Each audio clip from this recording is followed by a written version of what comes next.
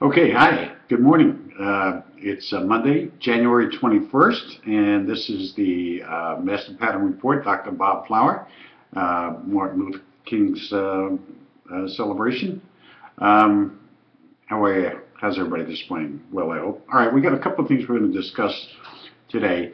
What I want to do is I want to give you some long-range movements, economic movements, stock market movements, okay? And I'm going to give you a series of dates, about six, seven dates. Uh, the odds are that the dates I'm going to give you are going to be problem dates, so that there's an excellent chance that when the market moves on these dates, it's going to be a down move, and it's going to give you a chance to prepare for that, okay? All right, so get your pencil and paper or get ready to repeat this video. But first date is June 12th. The next date, there are several in July. There's July 9th, July 19th, and July 30th. All right. Next date, October 9th. And the last two dates are November 1st and November 18th. All right, now, we're going to track those dates during the course of the year.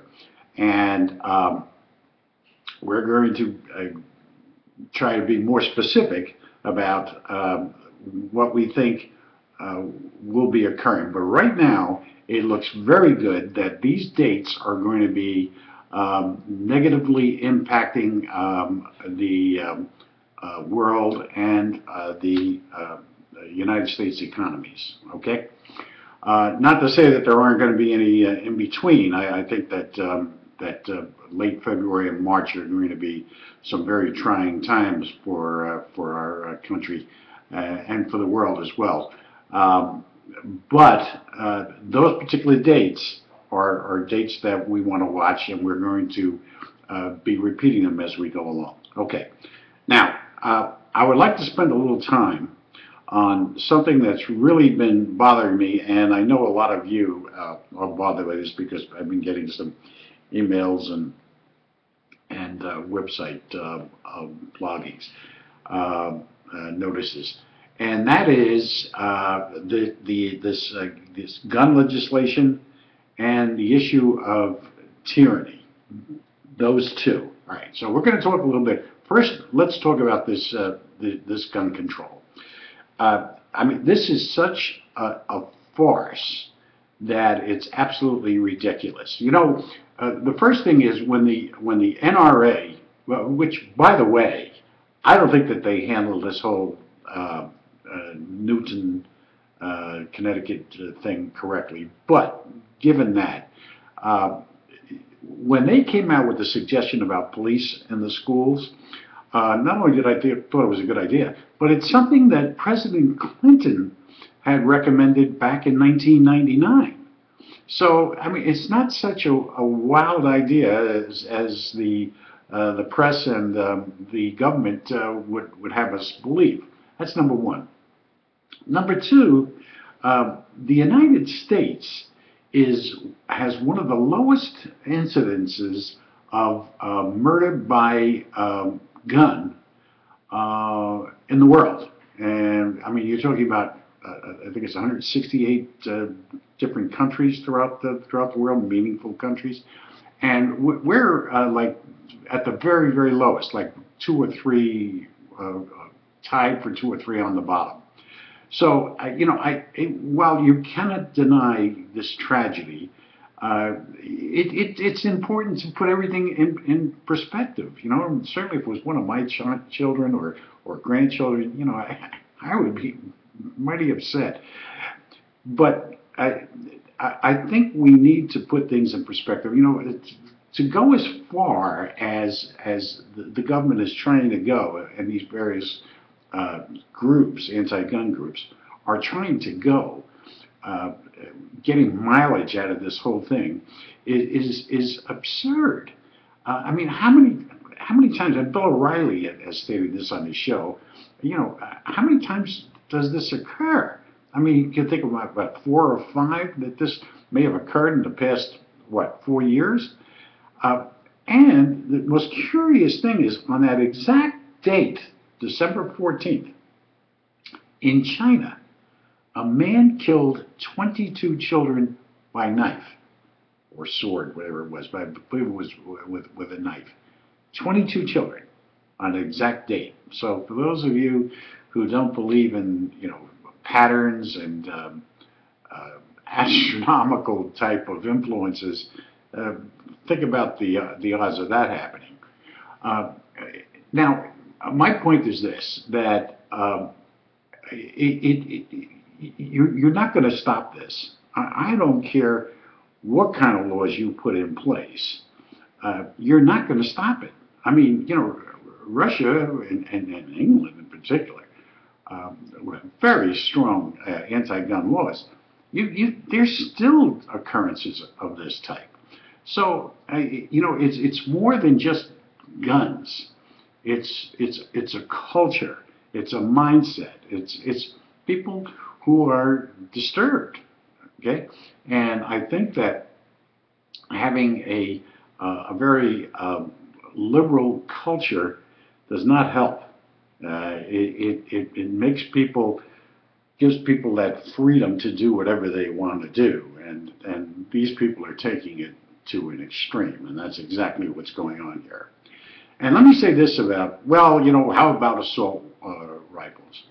Well, I got bad news for you, and this is the second part of what I want to talk about, the tyranny part. I'm in favor of assault rifles, as strong as they can possibly be, and I'll tell you why. Because the Constitution says that we have the right not only to bear arms, but to form a militia in the event that our government tries to usurp our liberties and our rights. Okay? So you need assault rifles to form a true militia. Now, am I suggesting revolution or revolt? Here's what I am suggesting.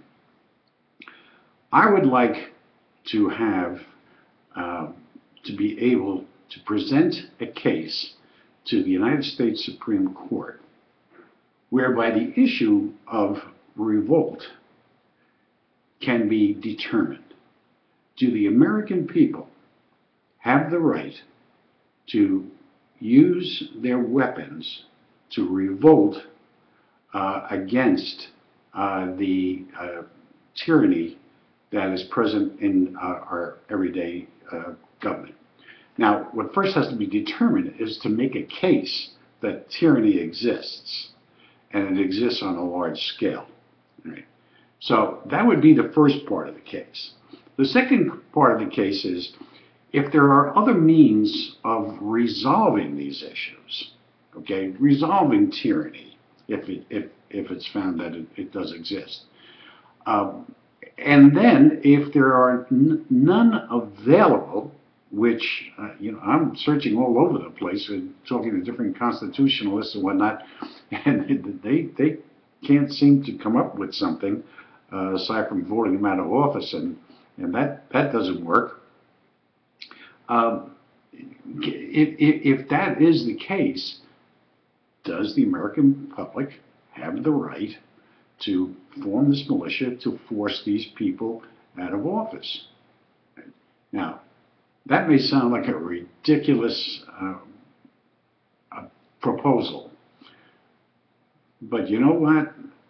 There have been a lot more ridiculous proposals that have been put forth by our elected officials in many other areas. And especially when you look at, now we're looking at an attack on the Second Amendment. If you look at and thoroughly read the 9th, 10th, 11th, and 12th amendments to the Constitution, you can see the Bill of Rights. I'm sorry.